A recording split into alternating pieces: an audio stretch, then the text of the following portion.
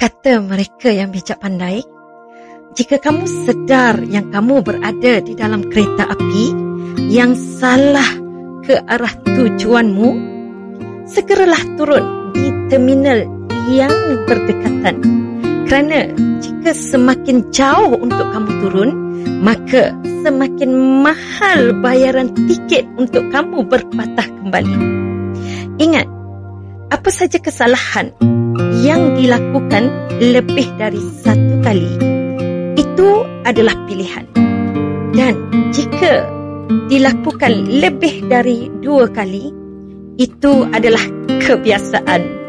Dan jika kesalahan dilakukan lebih dari 3 kali, itu adalah watak yang memang tidak ingin membuat perubahan.